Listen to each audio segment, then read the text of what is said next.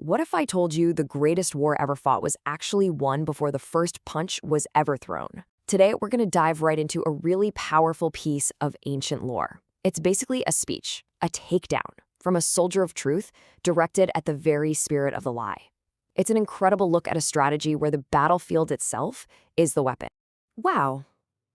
Just let that sink in. Imagine being the embodiment of all chaos and destruction, and someone tells you that. It's not just a threat, it's a statement of fact about your reality. The core idea here is that the war was lost from the very first move, because, you see, the battlefield was never a battlefield to begin with. It was a prison. So, this entire brilliant strategy, it all hinges on one colossal mistake, a complete and utter misreading of the situation by the force of chaos itself. The text calls it a grand miscalculation, and that's putting it mildly. Okay, so you're probably wondering, who is this you being spoken to? Well, it's the destructive spirit, also known as Druj or a Ahriman. In this story, this isn't just your average villain. This is the literal embodiment of not life. It's the architect of every lie, every bit of chaos. And this is where that miscalculation just becomes so perfectly clear. Just look at the two columns. Ahriman sees a world to conquer, a playground for its chaos. But the reality? It's the exact opposite. What it thinks is a war it can win is actually an execution that's already started. This total backward understanding is the fatal flaw that seals its fate from the get-go. So how on earth does a trap like this even work? I mean, a trap this size of the entire world. Well, it's not a simple cage. It's a dynamic, brilliant system that actually turns the enemy's own evil back on itself. So the destructive spirit charges in, right? It thinks it's winning. It's poisoning the water, killing plants, and it even manages to kill the very first human, a being named Geomard.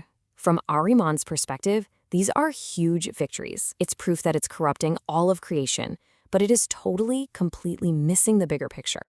And right here is the absolute genius of the countermove. The murder of the first man, which should have been Chaos's ultimate triumph, gets immediately repurposed. That one act of death is transformed into a rhubarb plant, of all things. And from that plant, a whole garrison of humanity springs forth. The attack didn't just fail, it actually backfired and ended up multiplying life. This is the core mechanic of the entire trap. It's an adaptive system. Every single attack, instead of weakening the world, just triggers a response that makes it stronger, more resilient. The enemy's own malice literally becomes the fuel for the fire that's going to destroy it. Which, of course, brings us to humanity's role in all of this. Because in this cosmic drama, we are not just spectators. We're not even just the prize. We are the system's frontline soldiers. I just love this reframing. Humans aren't seen as these passive victims or pawns on some cosmic chessboard. No. In this strategy, we are the ethical militia. We are the guards on the inside of the prison, the security force whose job it is to manage the prisoner until the sentence is carried out. So how does this militia fight back? Well, it's not with swords and shields. It's with a kind of moral technology, an ethical code that actually works like a weapon. And it's built on three core principles: humata, hukta, and huvarshta. And what are these powerful weapons? It's so simple. It's profound. Good thoughts, good words, and good deeds. According to this text, every single time a person consciously chooses to think a good thought, say a good word, or do a good deed, they are literally firing ammunition at the spirit of the lie. Morality here isn't passive. It's an offensive weapon. Now, of course, a prison like this isn't meant to last forever. It has a very specific purpose and a pre-planned conclusion. There is a clock ticking down to an absolutely inevitable endgame. And that's a key point. This isn't some eternal, endless struggle between good and evil. The entire conflict is contained within a very specific time frame, 9,000 years. Ahriman isn't fighting a war, it's serving a sentence. And well, time's almost up. To make this ancient idea really click, the source gives us a fantastic modern analogy that I think you'll get right away. It's the hacker and the honeypot. This is such a brilliant way to understand the whole strategy. So here's how it breaks down.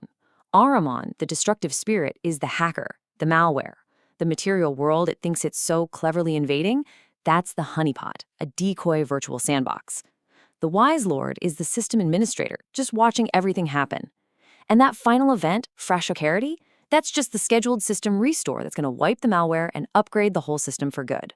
And that event, Frashocarity, it literally translates to the making wonderful. It's the final act, the grand purification of all creation. And it's not a battle that could go either way. It's a scheduled maintenance update that the malware is completely, utterly powerless to stop. And the imagery they use here is just incredible. They say the mountains themselves will melt and pour across the land. For the righteous, for that ethical militia who held the line, it'll feel like warm milk. But for the destructive spirit and all of its influence, it will be a purifying solvent that dissolves it from reality permanently. So all of this, it all leads to one single, inescapable conclusion. From the perspective of the grand strategist, the game was over the moment it began. The final move was calculated from the very beginning. The invasion wasn't an act of war. It was the act of walking into a pre-designed execution chamber. The board was set for checkmate before the enemy even knew it was playing a game.